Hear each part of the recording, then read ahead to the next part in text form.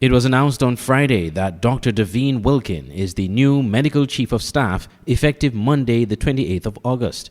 Dr. Wilkin will oversee medical operations and lead the medical team with the aim of ensuring the highest standards of healthcare delivery across the organization, a press release from the Ministry of Health said on Friday. The release added that Dr. Wilkin is a distinguished and licensed medical specialist, having graduated from the Carlos Finley University of Medical Sciences in Cuba with a specialization in anesthesiology, reanimation, and pain management.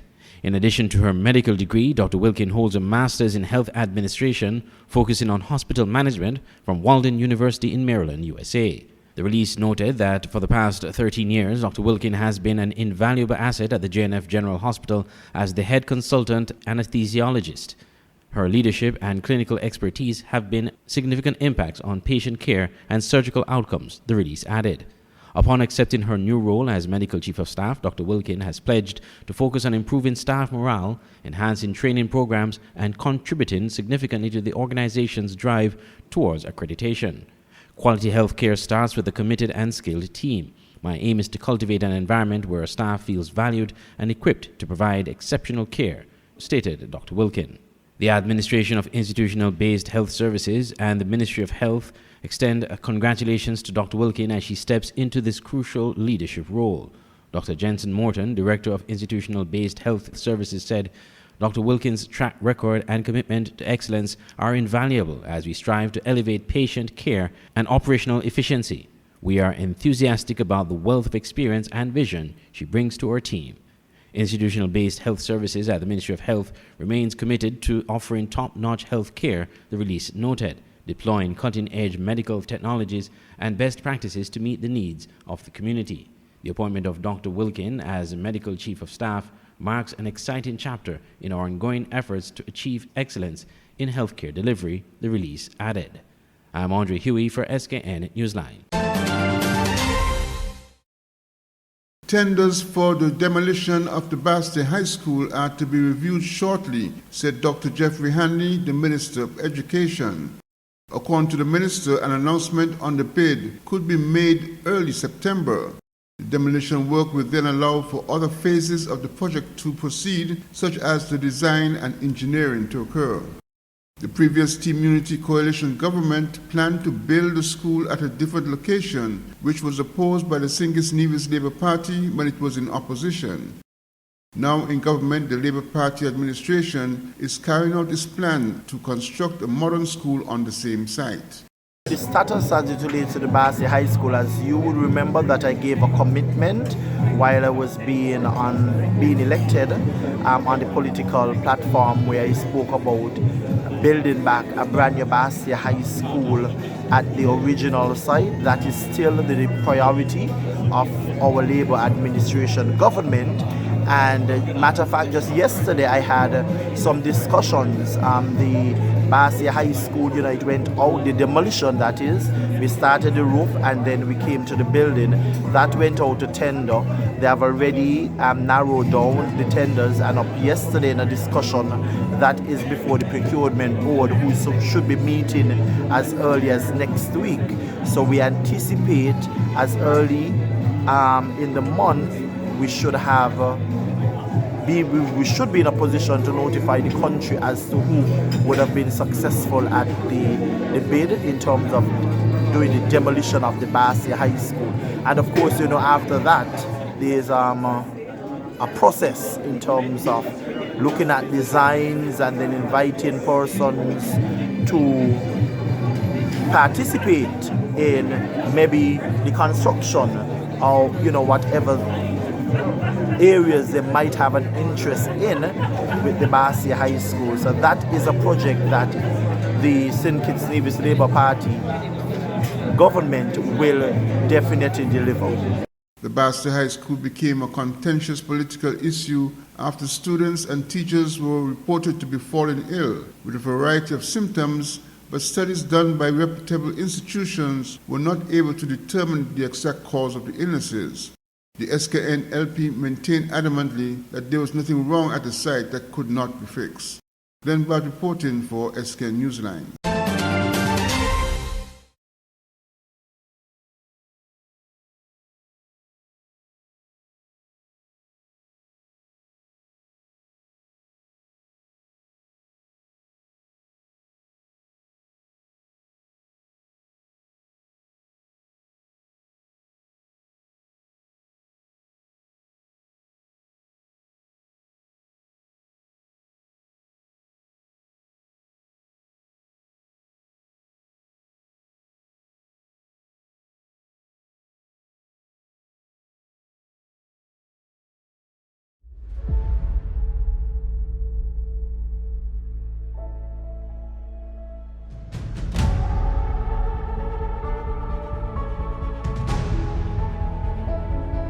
It's beautiful. He took one look at you and the angels started singing. Another wonderful day. What would you say about staying here for a few months or like a year, just so that we can be together again and just live and love and laugh and have fun and breathe?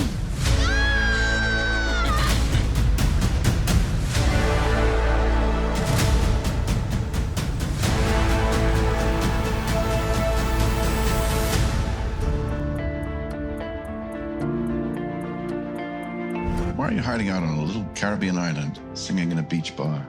When I came here, I was at peace, and I never left. This is the beating heart of Nevis. This is what grounds me, what feeds my soul. It's where I found myself. I hope your life here will be full of joy. Love this island, my son. She will give you more than you can imagine.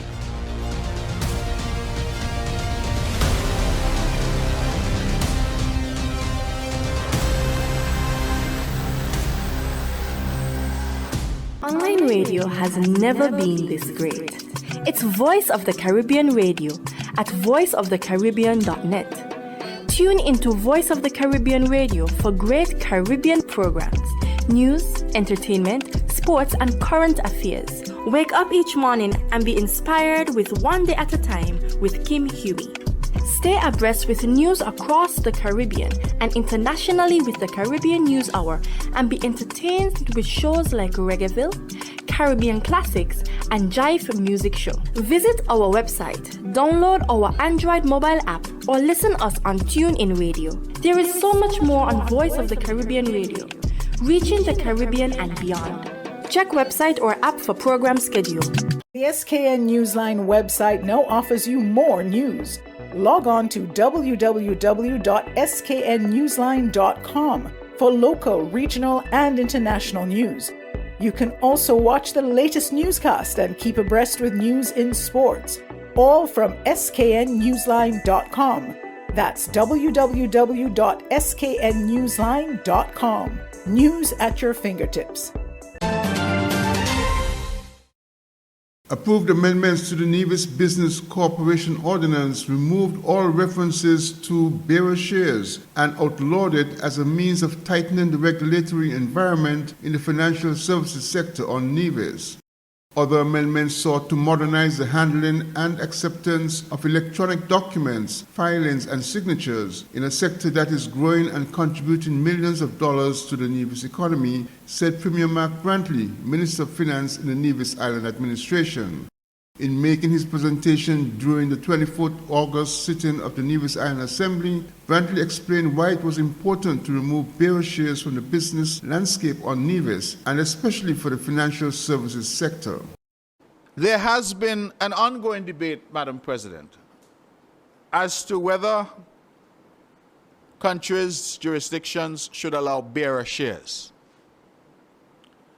Bearer shares, so that the public understands. There are many lawyers in the room, so I know they would understand already.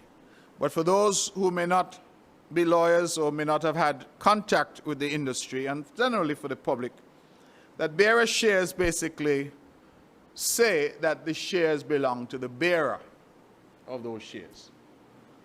And so there is not necessarily anybody's name on that share certificate. That share certificate doesn't say that it belongs to Mark Brantley, for example. It will merely say that it belongs to the bearer. Now, it is an excellent instrument in terms of ease of doing business. It is also potentially a dangerous instrument because unlike registered shares, which have a name attached to them and move in a particular way, where, for example, there has to be a record kept of that share moving from person A to person B. Bearer shares are, as I said, owned by the bearer. And so it means that a bearer share can simply be delivered from person A to person B. And it renders it difficult to monitor from a regulatory point of view. Now, some years ago, Nevis took the position that we would not abolish bearer shares. Rather, we would seek to immobilize them. And the position that was taken then was that while we continued to allow bearer shares, those bearer shares had to be in the possession of an authorized custodian. And that way, we felt it would prevent the free transfer of the ownership of a company, as was hitherto the case. We have now, upon reflection and upon changes being made in the landscape, and as the industry evolves, come to the view that it is now time to outlaw bearer shares altogether and to remove the provisions in our law that allow for bearer shares. According to Brantley, further inputs into the sector will include better marketing and promotion of the sector. Glenn Bard reporting for SK Newsline. Access to credit and financing for agriculture and providing an avenue for the voices of farmers and agro-processors to be heard at the center of discussions pertaining to food security and the development of the agricultural sector are two of the foremost issues facing farmers in St. Kitts and Nevis. So explains President of the St. Kitts Consortium of Farmers and Agro-Processors, Meshach Alford. The farmers indicated principally, number one thing that they wanted to see is to see the farmer's voice be out there in a solid way. And when you ask them to define and describe what you mean by a farmer's voice, how does it show up, or how do you manifest that? They ask for the development, at least the establishment of some body, some mechanism that has to do with decision making in the sector, that farmers and agriculturalists and the agro-processors can be seated right there. And so when it comes to projects, policies and plans, when it comes to evaluating them, and assessing what should happen and which things should go and so on and how much, they're saying that farmers and agro-processors alike should always be sent to do these things. Because as Blyden Brody just explained, that the implementers are the practitioners in the field. When it comes to credit and financing, Alford said the issue is a primary concern. If you search any literature or you have even a mere discussion among farmers, they will show you that there are many constraints to accessing finance, not only here locally, but internationally speaking. But we can look at our own situation and know that once you approach the bank, that more than likely we're not going to get through, and for several reasons. And so they said access to finance is also a primary concern. We need to resolve this, and they would have articulated with time a solution to that as well. And one of the things that they were proposing was looking at the history of the government of the country in terms of stimulus packages given to the sector over the years, 13, 14 million and so on. What if that monies could have been placed in some kind of an account or fund, possibly managed by a trust of some kind, and instead of having direct access to this or being used to give what you call handouts, as farmers would say, handouts, that they could access small to medium-sized, larger loans from a credit institution, and that money is in that trust is being used as security or to guarantee those kind of loans. And so on, and say that, and make sure that these mechanisms, these instruments are revolving ones. So at the beginning of every growing season, at the beginning of every production cycle, these farmers can go and get all of the supplies they may need or whatever they need to carry out the trade ahead of time. Marketing of agricultural produce is also another concern raised by the consortium. The full interview with members of the Farmers Consortium will air at a later date. I'm Andre Huey for SKN Newsline.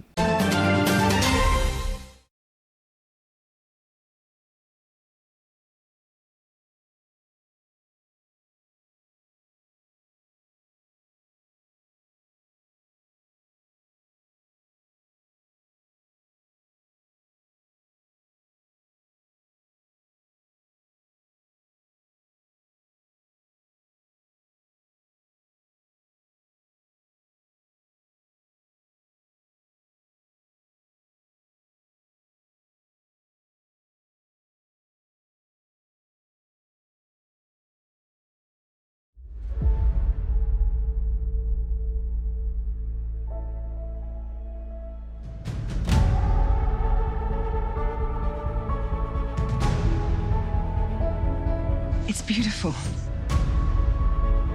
He took one look at you and the angels started singing. Another wonderful day. What would you say about staying here for a few months or like a year, just so that we can be together again and just live and love and laugh and have fun and breathe?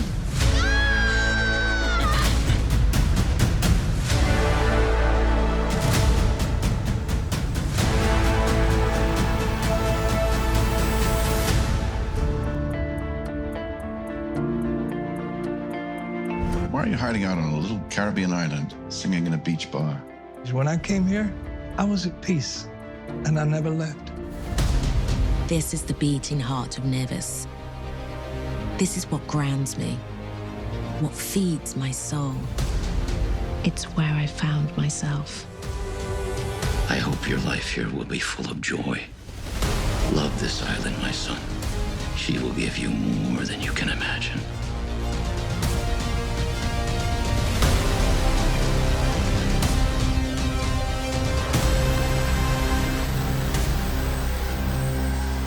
Online radio has never been this great. It's Voice of the Caribbean Radio at voiceofthecaribbean.net. Tune into Voice of the Caribbean Radio for great Caribbean programs, news, entertainment, sports, and current affairs. Wake up each morning and be inspired with One Day at a Time with Kim Huey.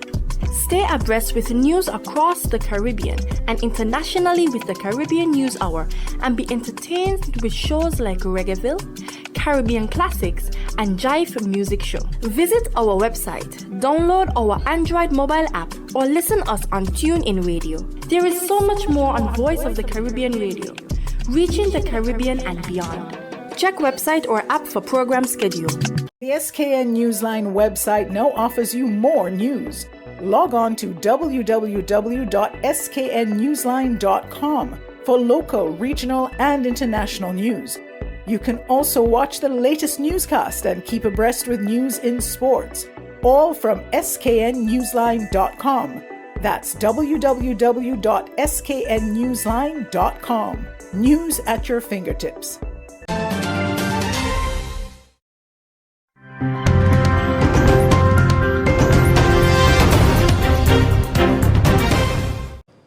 With the announced intention to allow for visa-free travel throughout CARICOM by 2024, concerns are growing as it relates to a number of traditional international destinations for Jamaican travelers, refining their visa and immigration rules, including Canada and the UK.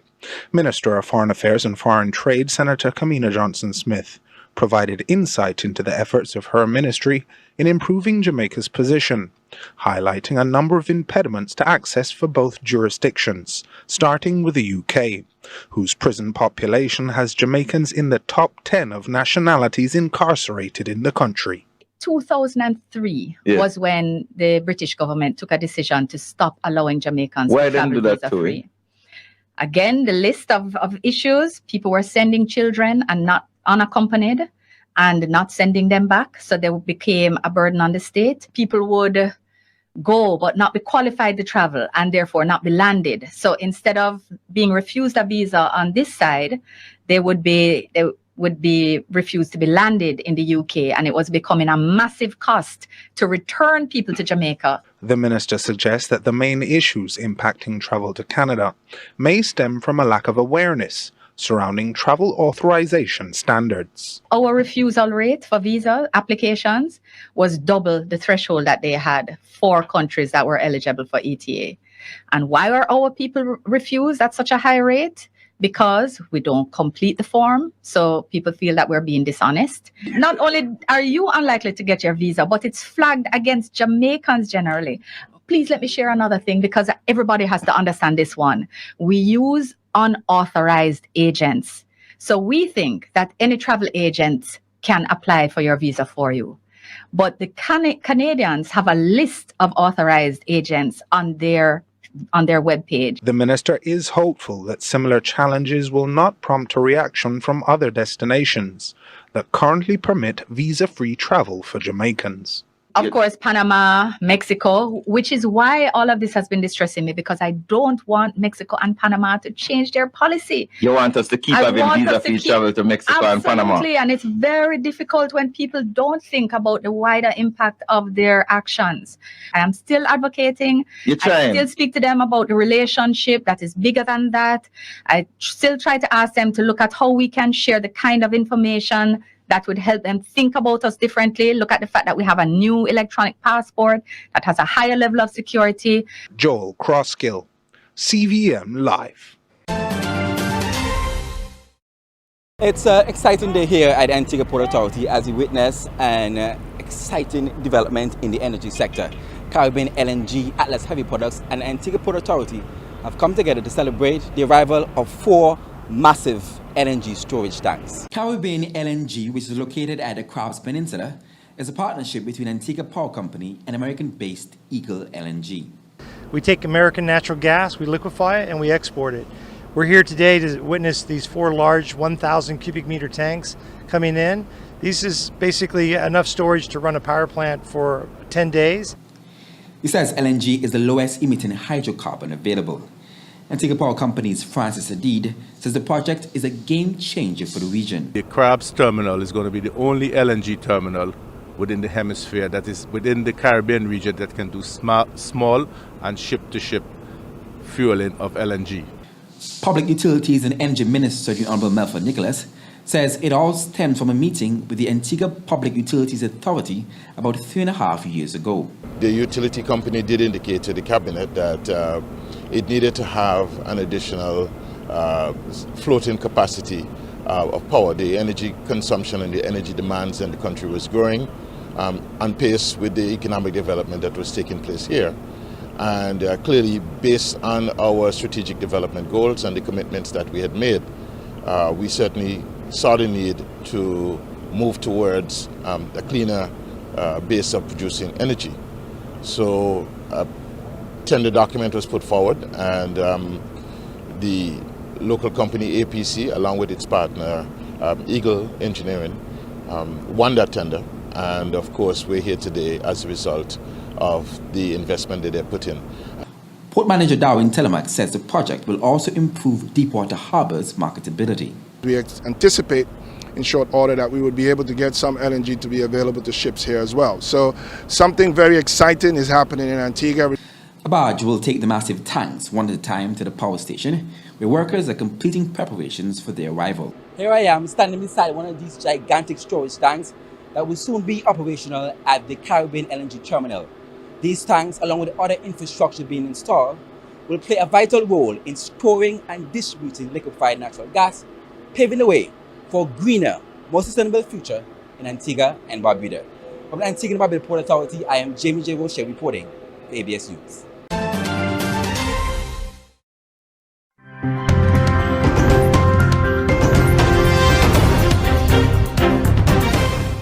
Trump is going to surrender to authorities later this afternoon, facing 4 felony charges for conspiring to overturn the 2020 election. Aaron Katursky is live in Atlanta. Good morning, Aaron. George, good morning to you. You heard the former president say so himself on social media. He's coming here this afternoon to proudly be arrested. This morning, former President Trump is getting ready to surrender. The 4th time this year he's turning himself in to face criminal charges. Sheriff's deputies are waiting to record his height and weight, fingerprint him, and take his mugshot before he's released on a $200,000 bond. The former president skipping the first GOP primary debate, telling Tucker Carlson overnight his lead over his Republican rivals helps him cope with all the criminal charges he faces. I think it's a lot easier because I'm so high in the polls, because it means the people get it. The people see it's a fraud. Ahead of Trump's surrender, security is tight, though law enforcement officials say they're tracking no specific threats. Supporters have issued calls to rally, but prior Trump court appearances have drawn sparse crowds of protesters. Lawyers accused of conspiring with Trump to try to overturn the 2020 election results in Georgia have already turned themselves in. Rudy Giuliani, photographed like the many suspects he had arrested as a prosecutor.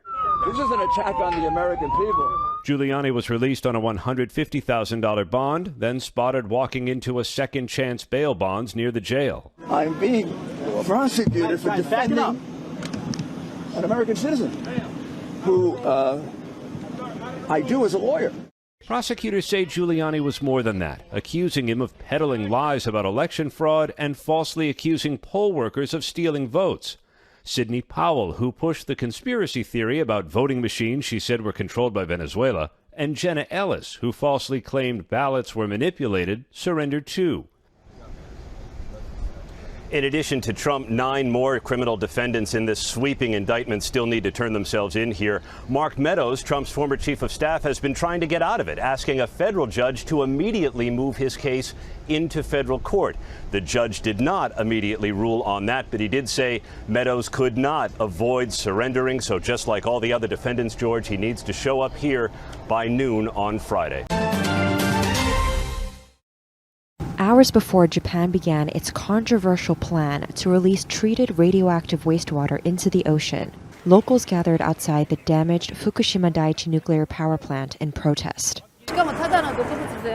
I believe the Japanese government is trying to release poison into the ocean. I don't care if they say it's diluted. Radioactive water shouldn't be released. This is the site of Japan's worst nuclear disaster.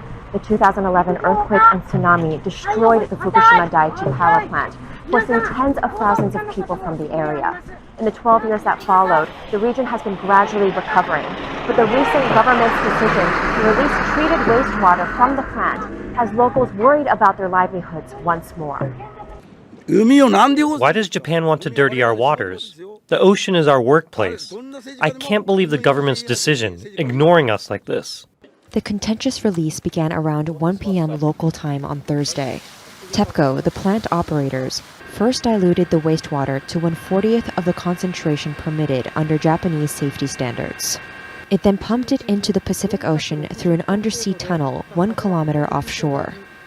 Japan says the release is a safe and crucial step in decommissioning the plant. According to TEPCO test results announced on Thursday, the first batch of treated wastewater contained only 63 becquerels of tritium a liter, which is a type of radioactive material. That's a lot less than the World Health Organization's drinking water limit, which is 10,000 becquerels a liter. But despite reassurances from the government and the UN nuclear watchdog, locals are angry. They say Japan has broken a 2015 agreement promising it wouldn't release the water without getting their approval. Also on Thursday, the Chinese government announced a blanket ban on all imports of seafood from Japan. China is Japan's largest export destination. Bans like these are exactly what Japanese fishermen like Ono had feared. What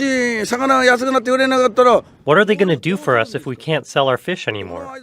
They say they're going to give us money, but how can we trust them? The Japanese government has set up funds worth $550 million to compensate fishermen should their livelihoods suffer because of the release, which could take decades to finish. Hanako Montgomery, Al Jazeera, Fukushima.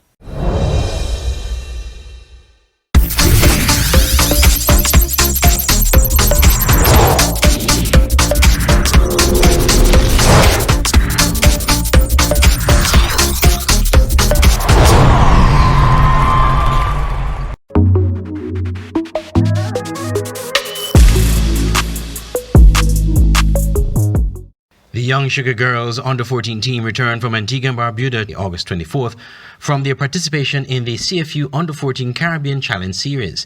For the coaches, the event was a learning experience for the players. But for Coach Jahida Lewis, the girls learned camaraderie and what it means to represent their country. One of the biggest lessons learned is that they had to learn how to understand each other, communicate with each other, and most importantly, loving each other. With this, we made mention that, football may be a very contact and rough sport, but apart from that, once we are able to mesh and gel well and build more chemistry, we were able to dominate each game as we go forward. So that is their biggest lesson learned, to love your teammates, play as a unit, especially playing as a unit, playing together, and then they were able to play stronger. The SKNFA intends to build on the Under-14 girls program with some exciting plans ahead to develop women's football.